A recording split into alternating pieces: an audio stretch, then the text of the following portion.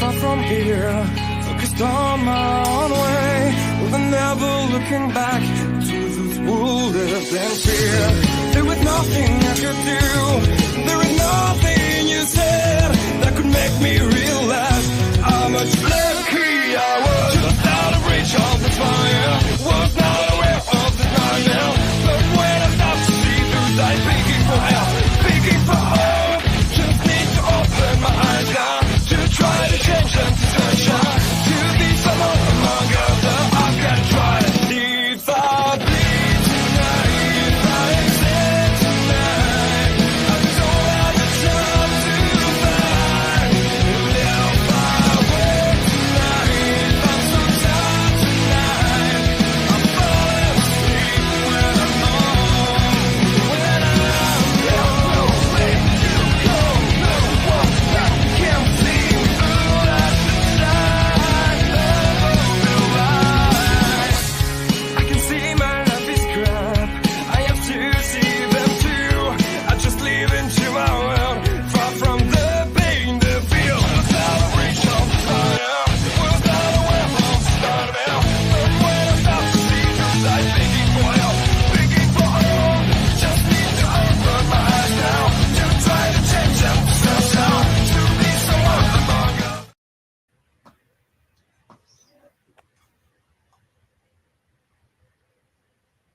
And we're live with Locker Room Breakdown featuring our raw perspective. Chris Best is somehow still going through the ringer with the music. Bester, you know, with us. I am now. I was I guess I'm taking the place of OMD this week because I just had the music looping in my head.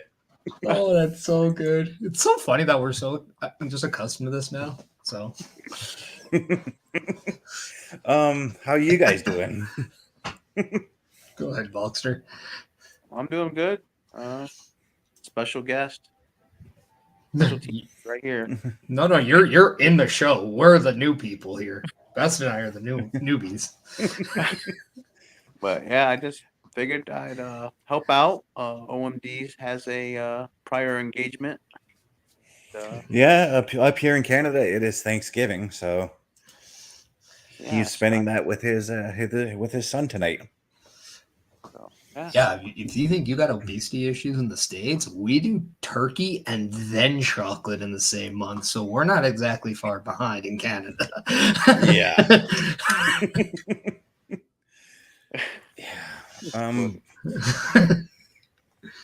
Yeah, but what do you say? How about that Raw? Yeah, how about Raw last week's? Starting off with the CM Punk promo. CM Punk, of course, saying his temporary goodbyes. Then he, as he was about to leave, he encounters one Seth Rollins. They have a little bit of stare down, and then Seth Rollins comes out and challenges Bronson Reed. What did you guys make of this opening segment here? It was interesting. I mean, like I said, give Punk props. I mean, they went one heck of a match in Hell in the Cell, so I don't blame him needing a rest. I mean, he is older than some of the other guys, so give him some time to rest a little bit. And he's one that doesn't have to be there every week, because anytime he does come back, he's going to get a big pop. He's going to get, he can be one of those part-time guys and still go when it's time to go. Right. Yeah, and I think you hit the nail on the coffin when you said he doesn't have to be there all the time, because as much as him being on the show does bring the eyeballs into it, it's also one of those opportunities that now with Raw being 2 hours, and again, like let's preface the fact that last week was the first 2 hour Raw for the rest of this calendar year. He's going to be somebody that when he comes back, it's going to be special. And let's face it, when he comes back should be, in my eyes, after Crown Jewel. He's not going to be at Crown Jewel. There's been stories outside of it about him with not wanting to do those kind of shows in Saudi Arabia. So let's put the focus now going into that show. When that show is then finished, now all of a sudden he's going to be back going into Survivor Series. So how do we translate that? Okay, well, we foreshadow something that you will see down the road with him and Seth Rollins. But before we can get to that, we got to deal with the then and now with Seth Rollins, and that is Bronson Reed, who took him out with 6 tsunamis nonetheless, and claimed that he's a top guy now. So now it's Big Bronson Reed's job to establish his a reality in that he wants to be a top guy, prove it against Seth freaking Rollins. Right. And then we move on from that. I thought this whole promo was perfectly done. Everything smooth, gelled well together, from transitioning from Punk to Seth Rollins to the next segment, which would be the Intercontinental title match between Xavier Woods and Jey Uso. I like the interaction that we got between Rollins and Jey as well, because again, that set up maybe something for them two in the future as well. But as we move on, we get this, what I thought was a fantastic match between Xavier Woods and Jey Uso, with Jey Uso pulling out the victory. And of course, we get more of that angered Xavier Woods coming out of this match. What do you guys think? You want me to go? Okay. I guess we got to figure this out. But Yeah. we'll just take turns. Let's do that. No, I thought this was good. It was a good first test for Jey Uso as that new Intercontinental Champion, with that new Intercontinental Championship that he has with the blue spread into the globes there. It was a good test because Xavier Woods, we've all been saying this for a while, at some points we feel underutilized, very over deserving guy to be a champion, but also a great little story of Kofi Kingston going to bat for him for this shot, saying, hey, you know what? He might have got it, but he wants Xavier Woods to have it instead. Xavier Woods lost, yes, but that doesn't deflect anything of what Xavier Woods is infected to the ads, because now it gives him frustration, because he always thought that other people are getting shots based on their accomplishments, but now he has an opportunity to do so, and he fails himself, only for him to get more mad within himself than Kofi Kingston. But then what it also does is it exemplifies the champion that is now Jey Uso, and it establishes that he is a fighting champion because he's fighting for the title that he just won just a few weeks ago. And then we get Braun Breaker coming back saying, I haven't forgot about the loss. So it really ties everything in, well, really promoting Jey Uso as that Intercontinental Champion. And then it also gives Xavier Woods that opportunity, and then foreshadows, kind of what we're going to see with him and Kofi Kingston down the road. Yeah, right. Bulkster, your thoughts on the match? Match was good. I think Xavier has a lot of talent. Like he said, underutilized. And get in there, do his thing. Initially, I thought this was a swerve, as in I thought Kofi was going to be heel, eventually turn heel, and it would be Xavier the one, But actually, I feel Xavier will be the heel.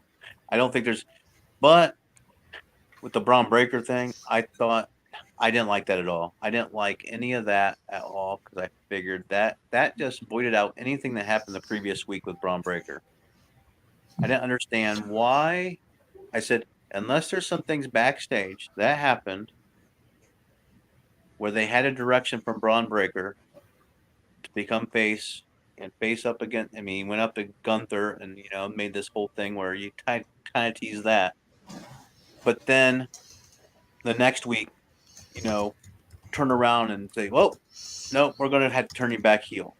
And then when they did the backstage interview with him, when he came back there and she was all asking him what's going on, he had a puzzled look, like he didn't say anything. I think that's what he's supposed to be doing, but still in my head, it's like I'm thinking to myself, he probably doesn't even know what's going on.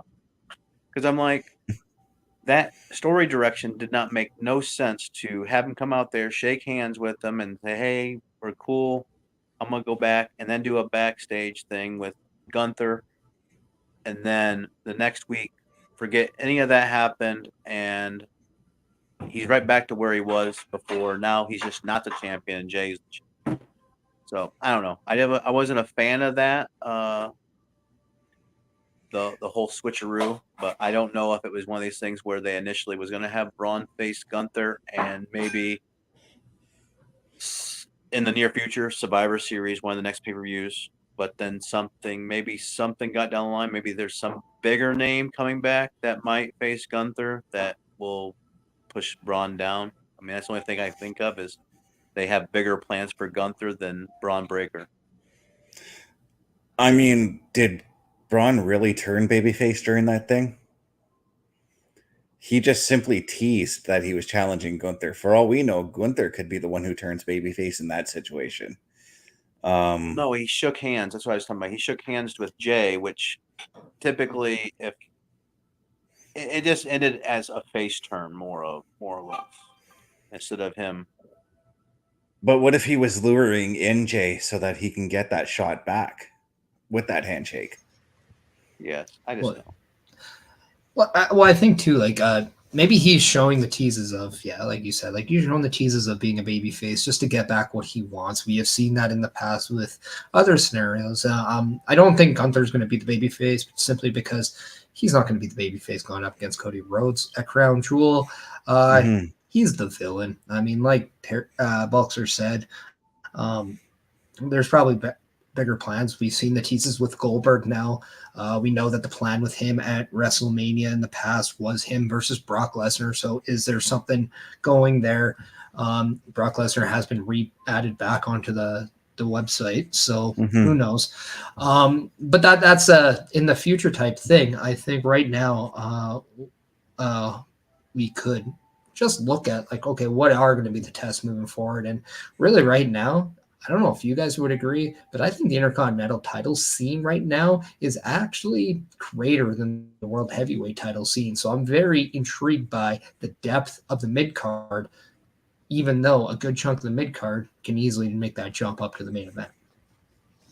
I 100% agree with you, Parrish, there. I do like the fact that we do have a deep mid-roster, I'm going to say, challenging for that Intercontinental title, and we do have a pile of guys that in that Intercontinental title scene that could easily step up and challenge Gunther for the title. And I think that's why I liked the Braun Breaker coming in and spearing Jay, because I think that just adds further importance to the Intercontinental title. No, I agree. Moving on, we went from, I'm trying to look for my note. There they are. We move on from Jey Uso defeating Xavier Woods to a match between Sheamus and Pete Dunne for the umpteenth millionth time in a row, where they fought in a good old-fashioned Donnybrook match. I thought this match was a ton of fun. Bulkster, tell me what you thought about this match. I thought the match was pretty fun too. I loved all the different weapons and different things they used to attack each other. Like I said, I thought they finished it well. Like I said, Sheamus did come out winning, which I don't know if that hinders Pete Dunne more than it helped him, because he's been on a losing streak, at least on the main roster with Sheamus. I don't know if he's won a match with Sheamus. Every match he's been in, it's like he just gets whooped. So it's like you just need to stop. Apparently, I mean, you're not showing any strength at all unless he would get a partner of some kind of even the odds as a heel. But so I don't know if that helps him. I don't know where he goes from there, unless he continues feuding with him, like, hey, it's never going to be over type thing. Well, last week on the Raw Patrol, I happened to say that once this feud ends, why not put Pete Dunne up against in the Intercontinental title picture? Well, yeah, you might as well. Yeah, and I'll even go one greater though. What if this win allows Sheamus to challenge Gunther down the road for that World Heavyweight Championship? We've seen that they have had those battles before when Gunther was the Intercontinental Champion. at the end of the day, I think this was just the finale of this, the closure between the artist formerly known as Butch, now as Pete Dunne, and Sheamus. And which, by the way, remember when people were making fun of Sheamus for being overweight? Yeah, look at him now. The guy looks like $1 million. And Yeah. you know what? That Donnybrook match was absolutely fantastic. In fact, when you have a performance like that for both guys, and it's people like Bully Ray on other podcasts just promoting like how great that match was. It was the match of the night by far. No, I don't think Pete Dunne losing really took anything away. In fact, he was put in a very investing angle. That yes, it was a relive of your past, but people cared about it. They knew what was going on because WWE no longer makes fun of your intelligence. So what that allowed was for them to see Pete Dunne in something you care about, and because of that, now they're looking forward to something next. Does he have somebody with him? Who knows? What happens if Xavier Woods brings him along? What happens if we're seeing a faction that are just tired of being held down by people who have already been there? And Pete Dunne is one of those people, because he could say the same about Sheamus. Xavier Woods could say the same about Kofi Kingston and Big E. So who knows? I mean, it's wide open, and I think that's why we watch the show, because we're very intrigued with where they go, because WWE now has a very keen talent and ability to surprise us, the audience, the internet, who apparently knows everything. Yeah, I find myself, even though Pete Dunne I can't remember the last time I saw Pete Dunne win a match, but I still find myself looking forward every week to the match that he's going to have. Yeah. What were we going to say, Terry? I said I'm one of those. Oh, okay. I thought you had a point. My bad. Oh. Transition time. Transition time. Oh, God. That was too good. Oh, geez. I accidentally closed out my... Oh, there they are. Again. My notes keep going missing on me. Up next... We're substitutes. We're not supposed to be perfectionists, all right? Okay, I'll take that. There we go. Okay, so up next we had a match that to me didn't really make a lot of sense, but I guess you got it. You had to put your women on the roster. We have a 10 diva or 10 women. Come on now. Some of it felt like filler to me for this match. But we had Natalia, Zelina Vega, Lyra Valkyria, and Casey Squared defeat the Unholy Union in the Pure Fusion Collective. This match was good. It wasn't the best match of the night, but Parrish, your thoughts on this match? Yeah, the one thing I did like was the inclusion of groups or tag teams, because what this did without really saying is, hey, look at the depth of the women tag team division right now, whether it's Zoe Stark and Shayna, the representation of the Pure Fusion Collective, whether it is Casey Squared, or maybe it's Natty and Lyra, or Lyra and somebody else, or even Natty and whoever. But what we're seeing now are contenders for Bianca and Jade pop up. We saw on SmackDown with Lash Legend and Kiana. What was the other one's name again? I'm drawing a brain fart here. Jakara Jackson. Yeah, that's it. Yep. Yeah. Thanks, Terry. No, I'm just kidding. just kidding. But yeah, no, we saw that. Not to mention now we're seeing the depth of the women's division when it's not Rhea, it's not Liv.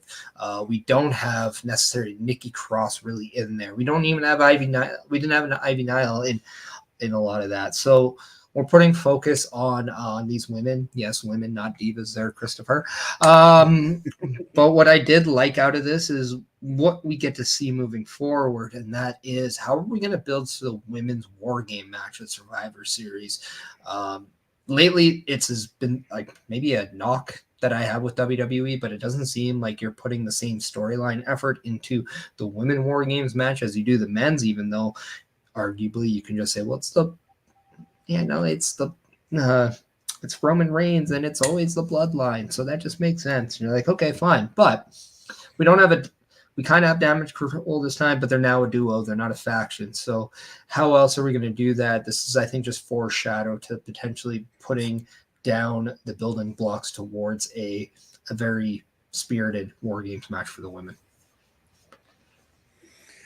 Yeah. I actually, you kind of turned me around on this match with that statement there, Parrish, because I didn't even think of that this was a boost for the tag team division. And as I'm looking at, the roster of women that were in this match, yeah, it definitely does. It is a builder. That's why I run in sometimes. And it showcased, definitely showcased the depth of the women's division as a whole as well.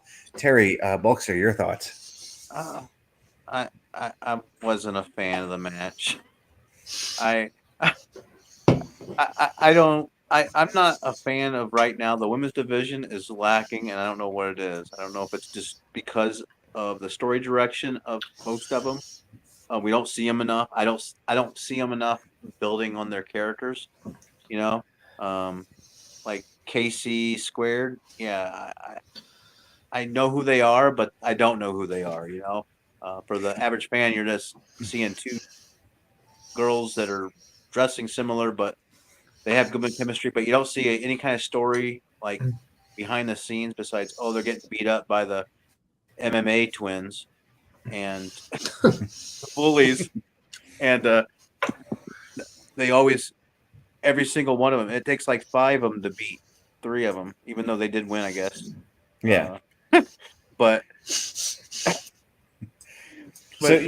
you're saying you want some more backstage segments out of some of these women to get a better understanding of who they are. More story, more and not just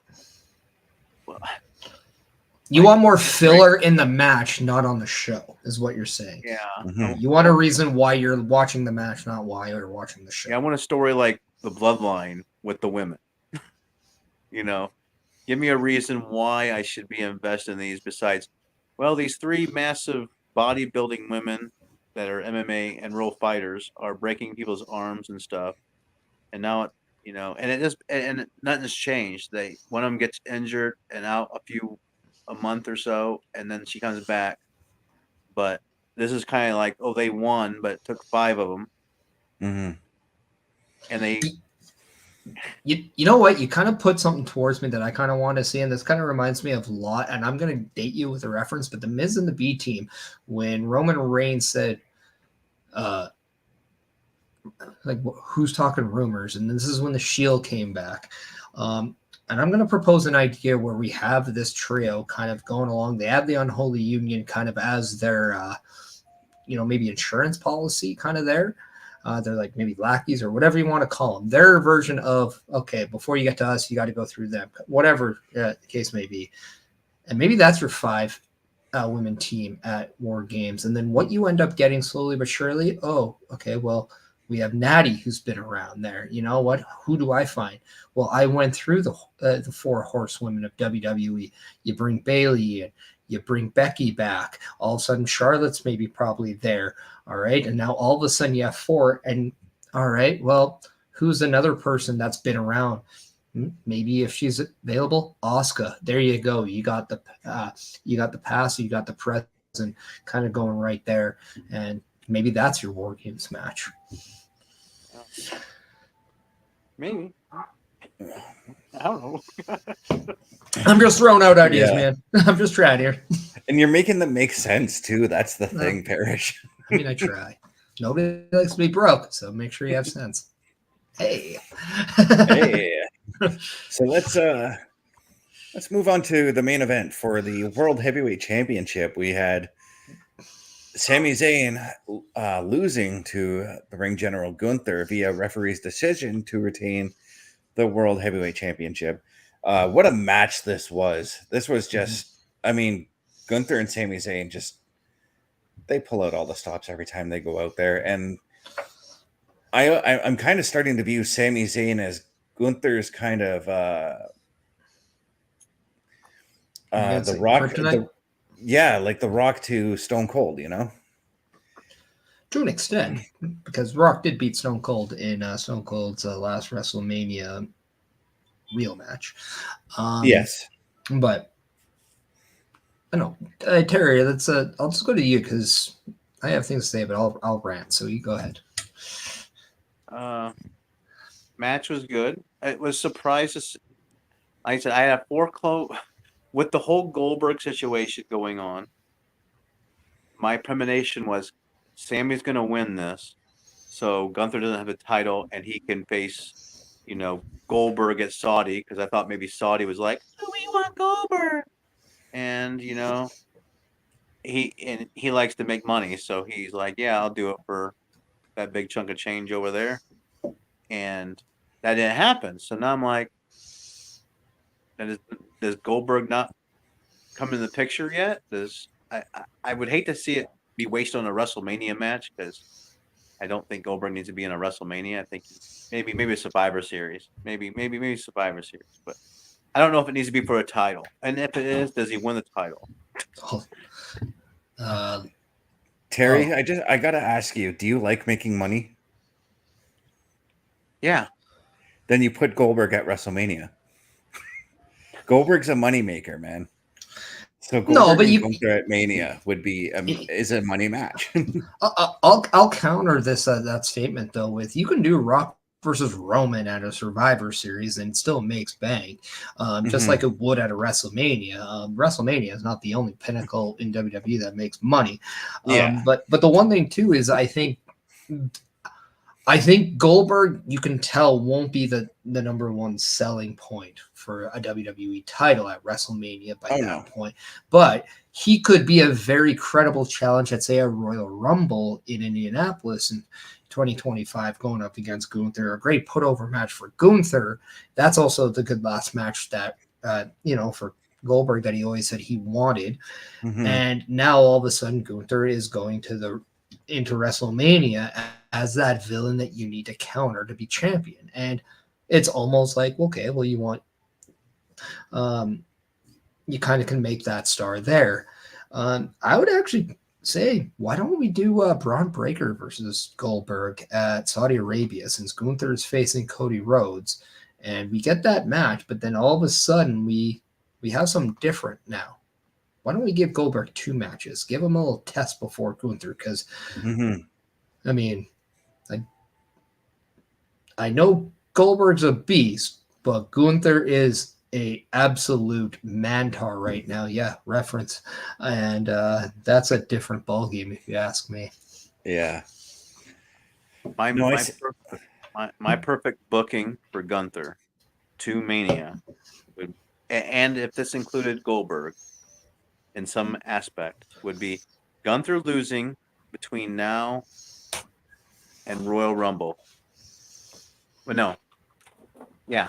Losing the belt between now and Royal Rumble to anybody. Me. Let's just say me. Anybody. And there's a chance. And he faces Goldberg at either Survivor Series or Royal Rumble. No, not Royal Rumble, because I need Gunther at the Royal Rumble to win the Rumble. The Netflix special of Raw. Yes. There you go. Netflix special of Raw. But in between there, Brock Lesnar comes back and wins the title.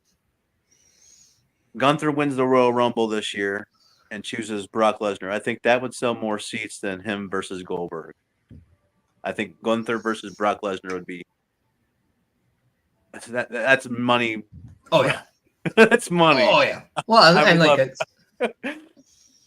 no, but like it's just availability. Can you get Brock Lesnar right now? And if you can't, I mean, let's face it, the aura. That's my fantasy booking of Gunther. The aura of Goldberg isn't half bad. Like I would like to see the Gunther and Goldberg, but I don't want Goldberg for the title. Or if Goldberg did win the title, have Lesnar come in and squash Goldberg, kind of like Goldberg did to him, and then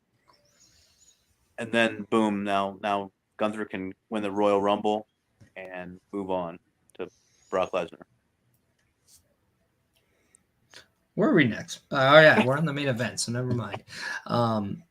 Yeah, we're talking about what's to happen tonight. Yeah. Okay. And Perfect. We're at the halfway point. Let's go. yeah, let's flash. Actually, if we're at that halfway point, what do you say we flash up everything that we've got going on as far as turnbuckle All talk right. goes on? But before we do best, we need to let the audience that there is going to be a few new logos you see in this video. So enjoy the new logos. All right. Oh yeah, I did work today. Turnbuckle Studios and the Turnbuckle Affiliation Program bring you the week of streams. All times are in Eastern Time. Monday nights you get the Locker Room Breakdown at 7 p.m., followed by the Raw Patrol at 8 p.m. Tuesday brings you the flagship show, Turnbuckle Talk, at 8:05 p.m. Wednesday we play games with the PlayStation Showcase at 8 p.m. Thursday we get a variety stream with the Boar's Nest at 8 p.m. Friday we game again with Unleashed, the Jessica Wilde story at 7 p.m. Following the game, join us for the SmackDown Security Detail at 8 p.m. The weekend brings you Saturday Night Gaming at 8 p.m. On Sunday be sure to catch the Chris Parrish podcast at 12:15 p.m. Be part of the shows and join the chat every day. Now, before we go into it, Terry, did you like some of those updated logos there? That was nice. Yeah. Fancy. Oh, thank you. Oh. Thank you. All designed by our one and only Chris Parrish. You can give yourself a Barry Horowitz pat on the back there. Oh, man, I would love to.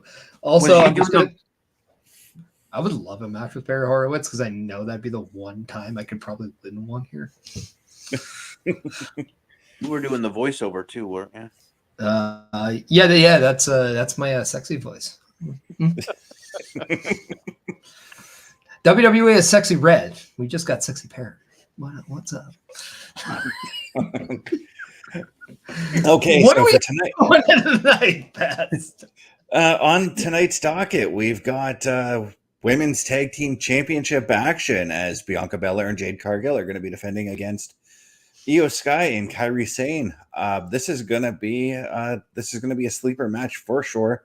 Parrish, you've already talked about the depth of the women's tag team division. We failed to talk about Damage Control because of the fact that they weren't in that match.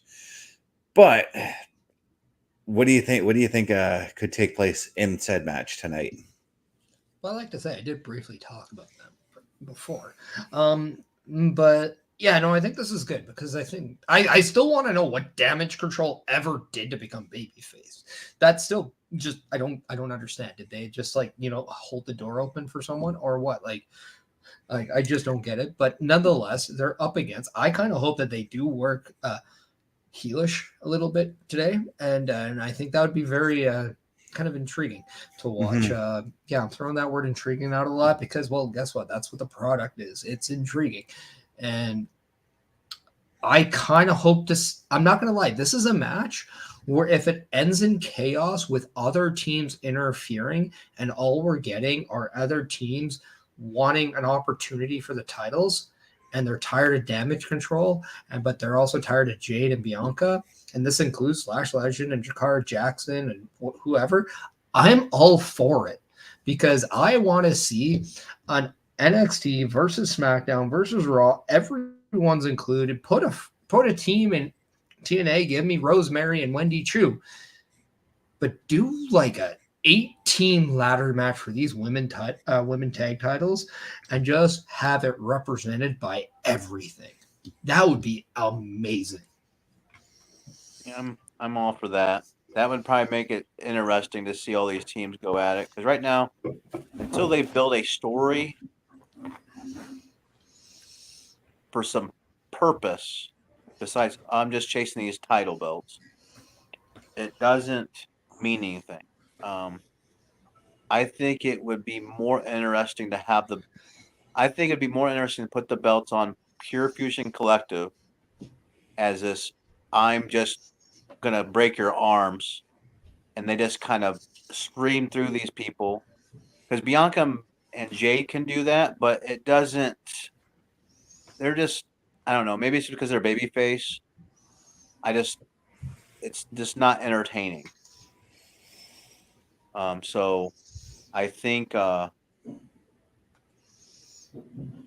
I think that would be cool. I think Pure Fusion Collective, I think they need to add another 2 members to the team too, or at least somebody else besides Sonya. Sonya's kind of like they're talking, like manager role, like Heyman Hmm. but can get in the ring and fight, but have somebody else that's maybe, heck, I don't know. How about Lola Vice? Bring Lola Vice up and put her in. Yeah. Oh, I would be totally fine with Lola Vice coming to the main roster. But yeah, something like that, and they can go for a singles title, and then you have this massive group that can lead stories for some other groups, hopefully. But yeah, right now I think the teams aren't believable for me. They need to do something. So a mass chaos match like that will be entertaining. Depending on how they end it, we'll decide if it's. I'm going to be on board for whoever guys the titles next. Yeah, what's better? It's just putting them all in a match, let them fight for it, see if anything pops out. Maybe we see some stuff happen within the match that then follows suit on the Raws and SmackDowns to come. I mean, maybe Netflix will have their, they'll bring back the bra and panties match. What's that? Yeah. And people in the world of pro wrestling, that is what you call a no-sell. Panties come back. And this is also what you call so I totally froze as soon as I heard Terry say bra and panties match. So you got to stay focused, man. We got a Raw to do after. I know. I can't help it when my computer freezes the moment Bulkster says bra and panties matches. Oh, my God. My God. Up next, we got a match where one superstar could very well get a degree of revenge as R-Truth goes one-on-one with The Miz. Now we know The Miz recently turned on R-Truth and has Karrion Kross whispering in his ear. Do we see R-Truth actually pull off the victory in this one, or does The Miz come out on top? All right, Terry, what are your bra and panties telling you about this match? They're telling me that R-Truth Wear 'em. is going to lose. He's probably going to do some comedy bit where he is trying to get, Miz to not fight him, or he's confused still, or whatever might be. And like I said, Kross is, like I said, I love the Kross's devil's advocate. He's kind of like that devil on the edge of the shoulder. I love his kick. I love where they're going with him, where he's not a big part of he's not going for titles. He is kind of like the guy that just kind of pokes the bear and stirs the pot. And I like it. I like that he kind of is the one, turn people that are babyface into heels. Yeah, he's a shit disturber, as it were. So yeah, I don't think R-Truth's gonna win at all. Yeah. Parrish, your thoughts. So this is exactly how I would book this. I would have a competitive match between the two, because we saw in a backstage segment last week that The Miz doesn't hate R-Truth. He's even still said, "I love R-Truth. I'm just tired of being put in matches without me knowing."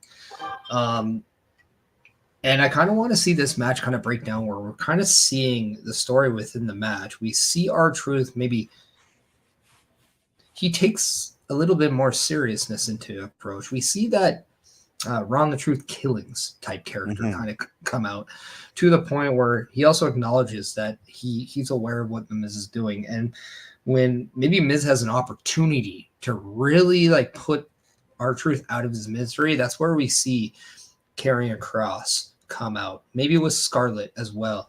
And he's kind of directing traffic for Miz to do that. Miz can't do that, to the point where maybe we see a reversal out of R-Truth. But before we get a definitive answer in this match, we see that moment where R-Truth says, "I'm sorry." That breaks the Miz a little bit, to the point where he doesn't want to do what Karrion Kross says. Karrion Kross isn't mad, he's just disappointed. So this match is thrown out with AOP attacking both R-Truth and the Miz. And we don't get a winner here because I don't think the people really want to see R-Truth and the Miz fight. They spend too much time on this relationship. Right. Mend it. Have it there. Put them back in that position as a tag team, but don't have. Let them figure it out, and then have them go up against the AOP. And then now people care about this tag team that much more because they went through some hot water. They fought it out like brothers do, and they came out of it better for it. Give us that. Terry, you talked about give us more story. This is more story for the Miz and R-Truth. This is story with awesome truth. And now all of a sudden you've created a rivalry with AOP in the Final Testament. All you have to do now is fill in something with Karrion, because at the end of the day, you have 2 hours on your Raw. How do we get two people on? Man, they're stronger together at this point than they are separately. Yeah. I like where you're going with that, Parrish, because that's a fresh storyline where you've got the possible breakup between a tag team, but then they mend fences. I like that. Yeah, I do. Because to me, Miz doesn't want to hurt R-Truth. He doesn't want to do anything to him. He just wants to. He literally said, "I just want him to not put me in matches. I'm tired of it." Mm-hmm. So does that sound like somebody that hates somebody? No. I don't know. Everything matters, right? So I'm trying to why does that backstage segment even take place if we're bringing back a hateful Miz? To me, it just doesn't line up. And I'm sure this match will give us that answer tonight. I think this is actually going to be very competitive too. We're going to see stuff out of R-Truth maybe that we haven't seen in a while. Like you mentioned, bring back some of the Ron Killing side of R-Truth. But I didn't factor in the fact that they could possibly make amends with this. And I'm on board with that still. And I'm also still on board with them having a possible feud with one another. I'm very curious to see what Karrion Kross's role is in this whole thing. And I'm sure over time, because, Hunter likes to do the long build, over time we are going to see that answer. Yeah. And that's something you got to factor in too. Mm-hmm. This is the game. How do we play it? Yeah. And up next, Kofi Kingston goes up against Braun Breaker, especially after what we talked about earlier today with Braun coming out and spearing everybody. Kofi was one of those victims last week of the spear. I see this as going to be a squash match. I don't think Kofi pulls out the win here. I think Braun takes the win. But Terry, let me know what you think about this. Yeah, I think Braun, like I said, they're gonna still make Braun be strong. I don't believe it'll be a squash match. I think Kofi will give him a good run for his money. Mm-hmm. I think we'll see some things with Xavier though, most likely, since Braun did spear him off well. Yeah. We could also see Jay Jey Uso, yes. come out for some revenge. It could be one of these things where Braun is beating them up and got both of them down, or one of them's out of commission somehow. Braun doing something and he's beating up the other one. Like I said, I think it'll be shenanigans toward the end. I think Braun will get the win though before the shenanigans do take place. I don't think it'll end in no contest or DQ or anything. I think it'll be a pin, and then shenanigans will happen afterwards to build story toward whatever they're trying to do with either team or Jay, and could be all four of them. Who knows? Maybe all four of them will go for the title. You know what? I wouldn't be too opposed to a fatal 4-way for the Intercontinental with these men. Parrish, what do you think about this match tonight? Yeah, and I think we're going to see some continuity of what we saw last week, and that was Xavier Woods fail at an attempt to capture the IC title from Braun Breaker from Jey Uso, where Braun Breaker attacked Jey Uso afterwards, laid him out to the point where Xavier walked away while Kofi Kingston was the one who returned to save Jey. And this is where I think it's going to tie in. We're going to see something very similar to the point where we see Kofi Kingston fall short on his attempt. They're not going to bury Kofi Kingston. They very rarely do that. Yes, I know they have done it, but they very rarely do that. So I don't think we'll get that. But what we will see is Braun Breaker not only getting the pinfall here, but knowing that he has to add insult to injury to the point where Xavier Woods will be asked to be at ringside. He'll accompany him. Maybe he gets hit in the match, or maybe he goes for an effort. Braun Breaker hits him to the point where he just is walking out. That is where Jey Uso will run in. They'll have a confrontation. He'll go and save Kofi Kingston. And then now that's added to the drama between Kofi and Xavier Woods. And maybe, just maybe, this is the way you bring in that 4-way. But at the same time, I think this now allows maybe Braun and Jey to have that return match, because they're clearly protecting their rematch right now with an additional, how do we help build the story between Xavier and Kofi. And I think this is a great way to do that. Also, I'm going to just say this. I think I may factor in somebody from the Bloodline potentially coming in, as we saw some acknowledgement from Roman Reigns and Jimmy Uso on SmackDown about needing Jey Uso. Yeah, I'm 100% on board with that. We may see it tonight. We may see it at Crown Jewel as well, because I think that this is where this scene with the Intercontinental title is going. I do think maybe we get that rematch between Jey and Braun at Crown Jewel. Yeah. I think that's where I'd go with that. Or I'd do a fatal 4-way at Crown Jewel, have Jey come out the winner, have the Bloodline attack, and then we see Roman and we see Jimmy help fight them off. And then now the moments between Jimmy and Roman and Jimmy and Jey for the first time in how long. That's the thing. I don't know. Call me crazy. That's, you know what? I like that. I like that scenario too. Just as I like this scenario here, we've got both the WWE Undisputed Champion Cody Rhodes and the World Heavyweight Champion in the same house tonight. What's going to go on between these two tonight? Offbeat shenanigans. Yeah. If that's not a phrase you haven't heard in a while, you're welcome. It's a classic. It is. It's a classic. Do we see? Here's my thing. Do we see physicality? Because so far we have yet to see physicality. And the last time I remember physicality between the two was, this event right here, the Royal Rumble from San Antonio, where guess what? They were the final two in that Rumble match. Yep. I have not seen physicality between the two since then. And I do think that if you see physicality, it's going to matter. It's going to mean something. And I'm very intrigued by this, because not only do I think we see something with Cody and Gunther, but hear me out. Maybe we see some with Cody and Sammy versus Gunther and Kaiser at some point. Could be. Oh, I like that. I definitely like that, because I wasn't even factoring in Sammy and his losing the Intercontinental title, because tonight the WWE Championship match last week, because he may want another piece at Gunther as well. You know, and then